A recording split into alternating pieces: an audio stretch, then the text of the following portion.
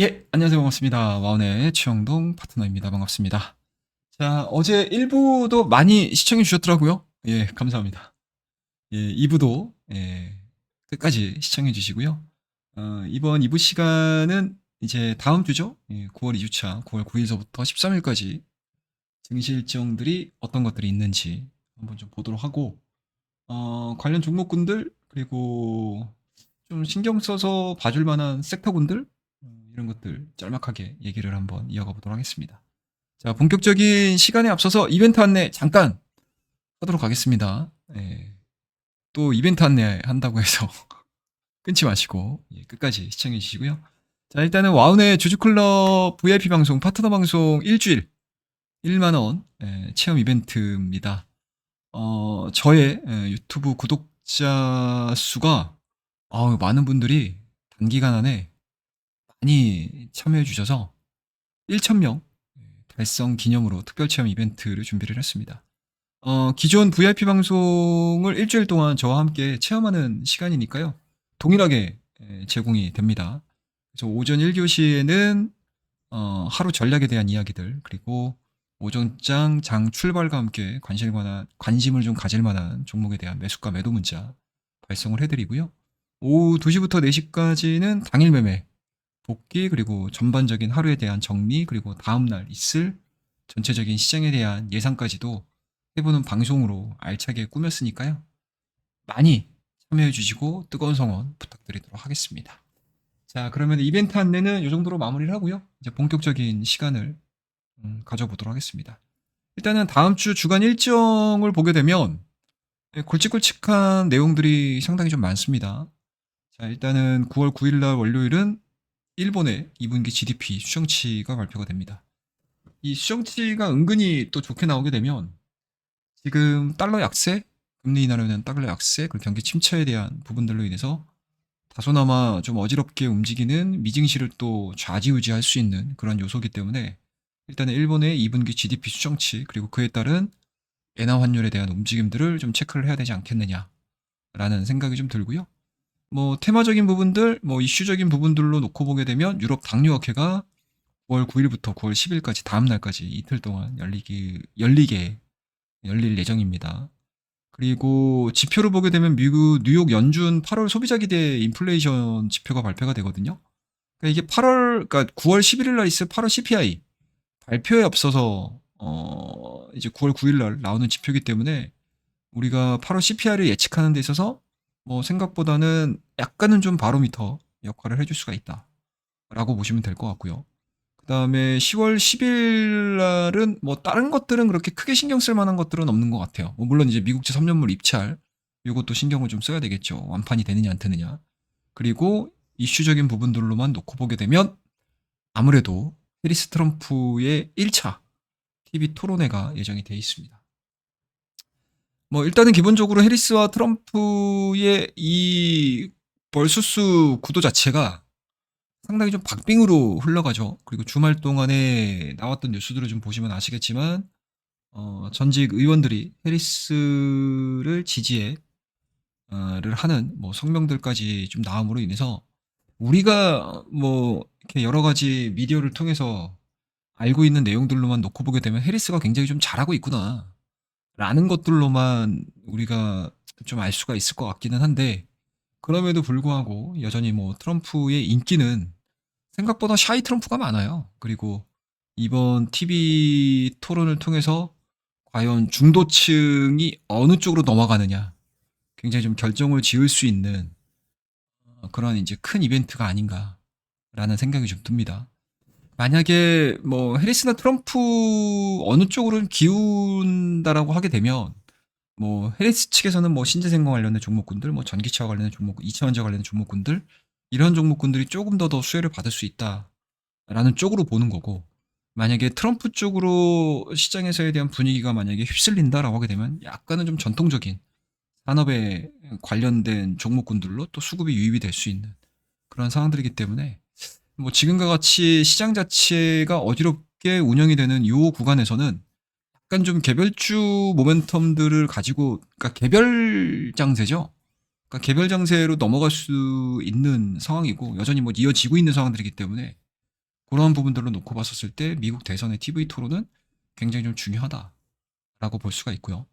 그다음에 애플의 아이폰 16 시리즈가 공개가 됩니다. 좀 아쉽죠? 예, 이거 애플 아이폰 16이 굉장히 좀 중요합니다, 여러분들. 이게 왜 중요하냐면 어찌됐든 지금 뭐 엔비디아에 대한 하락 부분들 그리고 빅테크 주들의 가격 방어가 되지 않는 상황이 연출이 된다라고 하게 되면 나스닥의 주가 흐름은 그렇게 크게 시장에서 선호되지 않을 가능성이 상당히 높거든요.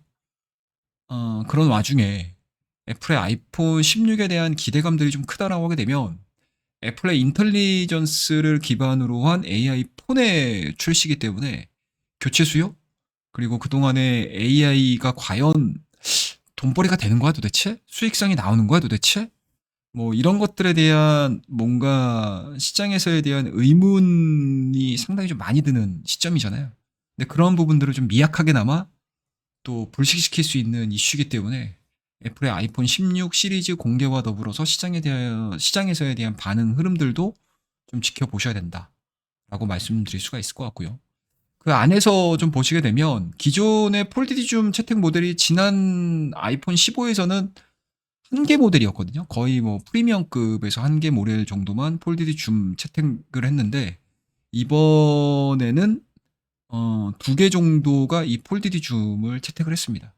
그에 따라서 출시 이전에 LG 노텍의 주가 강세가 상당히 좀 좋았었거든요. 그런 부분들이 다시 한번 또 시장에서 좀 불거질 수 있을지 여부들 좀 체크를 좀 하셔야 되지 않겠느냐라는 생각이 좀 듭니다. 그래서 관련 종목으로 보게 되면 LG 노텍이 있을 수 있고요. 그 다음에 두 번째로는 이제 연성 키보드, 그러니까 연성 FPCB, BH가 관련주로 부각이 됩니다. 그래서 15일과 16일의 움직임들보다는 이제 9일과 10일에 과연 LG 노텍과 BH의 저가 매수세가 살아나는지 여부들 좀 체크를 좀 하셔야 되지 않겠느냐라는 관점이고요. 그 다음에 수요일 날로 넘어가게 되면 무엇보다도 이제 CPI죠. 이 CPI가 기대치에 부합을 하느냐, 그리고 기대치에 못 미치는 감소세가 나와준다라고 하게 되면 시장에서에 대한 금리나 기대감들이 소멸될 수 있는 가능성이 좀 상당히 높기 때문에 당연히 뭐 모든 투자자가 수요일 날에는 이 CPI를 바라보면서 긴장을 하고 있겠죠.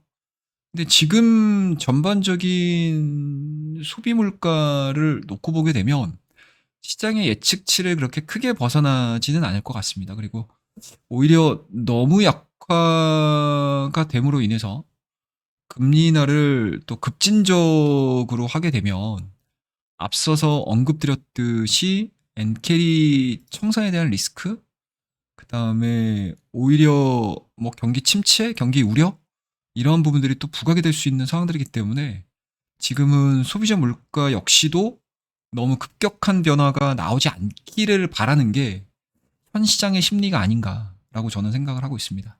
그래서 현재 소비자 물가 지수를 예측은 2.6% 정도 예상을 하고 있고요. 이전치는 2.9%입니다.